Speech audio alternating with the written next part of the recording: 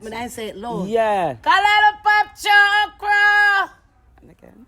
Yeah, man. Again, say it again. Kalala pop chakra. Yeah, man. I like it. It is like a voice. Yeah, man, it's powerful, you know. Thank you, Miss Lady. Yeah. What's your name? Sharon. Sharon. All right, Sharon. Yeah, why come back here? Let me Your food, castor oil, man. Your food, castor oil, man. And what was taken? And what's the castor oil good for? You tell me. What was what was denied of them in terms of traditions and ceremonies, and what became something that became a practice of a practice in secret or hidden or meshed into other later on down the years, meshed into other religions, meshed into Christianity. Now, there's nothing completely wrong with meshing anything into another tradition. I think where it becomes an issue is when we no longer understand the roots of those traditions. And then we begin to think we need permission to do something that is part of our culture that we've inherited. And you can inherit something, but it doesn't necessarily mean that you have a clear understanding of what that is. My parents came from Jamaica, and I grew up in a household where there were traditions being practiced on a daily basis. They had to be practiced on a daily basis because it's what they knew, it's what they came with. But it's not necessarily so that it would have been explained. Some things are just done with no explanation. And some things we imitate without question. And that imitation can be passed on to generation, but also at some point things become void because there's no clarity or no understanding. It becomes a thing. Oh, it's the old time way. Them old people used to do those things, and it can be laughed after.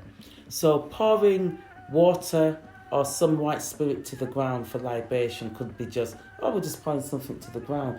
But actually what we're doing is that we're honouring, we're looking at the importance of water, of a white spirit such as rum or something like that, as an honouring of feeding first the ancestors, those who came before us. Because if we're made from earth or from dust and we return back to it, therefore we must honour it. If we are a people with a practice of talking about the past, we have to have an understanding of what that past is in order to bring it into the present, to have clarity and understanding.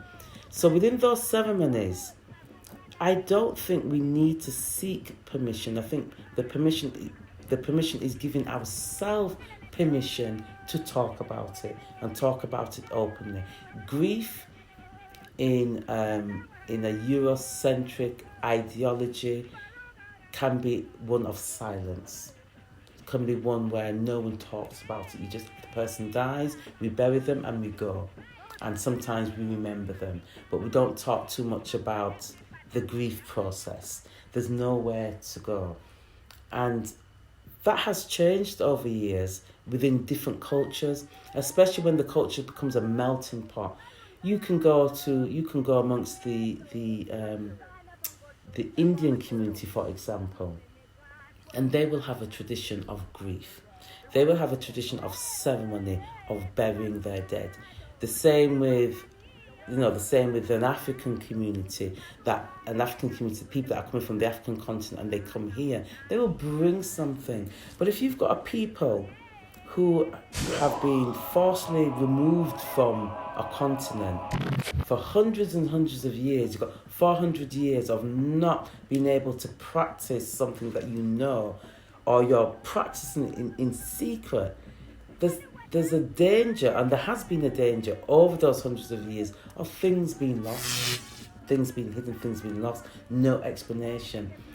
Fortunately, the whole thing of orality, the oral culture is still very, very strong.